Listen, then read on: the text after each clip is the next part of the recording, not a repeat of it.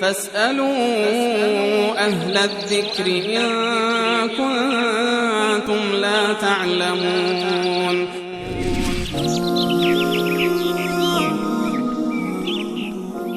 بیننده دیگری از بلوچستان آقای ریگی سوال کردن که آیا بعد نماز عشا نماز وتر یک رکعت بخوانیم درست است یا باید اول 2 رکعت بخوانیم بعد 1 رکعت بخوانیم؟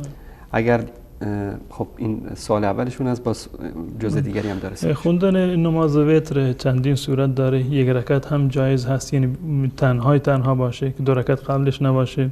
3 رکعت هم جایز هست که 2 رکعت جدا باشه، 1 رکعت جدا بخونند، یا اینکه 3 رکعت رو یک جا بخونند، 5 رکعت 7 رکعت بخونند و تا 11 رکعت هم از نظر شرعی جایز، هیچ اشکالی نداره. لازم نیست که حتما قبل از این که 1 رکعت رو بخونند و قبلش نماز بخونند. منتها در روایاتی که در این زمین آمده رسول الله صلی الله علیه و سلم یعنی در این زمینه فرمودند که اگر کسی که نماز لیل رو میخوند یعنی نماز تهجد میخوند وقتی که ترسید که صبح میشود، یعنی راهش این است که 1 رکعت اضافه بخواند و نماز وتر را بخواند و اولاتر و بهتر این است که قبل از اون 2 رکعت را بخواند، خصوصا 2 رکعتی که به عنوان نماز سنت هست و در حدیث حضرت عایشه یا حدیث عبدالله بن عمر که در صحیحین هست که رسول الله صلی الله علیه و سلم ترغیب کردند که بعد از نماز عشا 2 رکعت سنت حتما خوانده بشه. این 2 رکعت سنت خوانده بشه.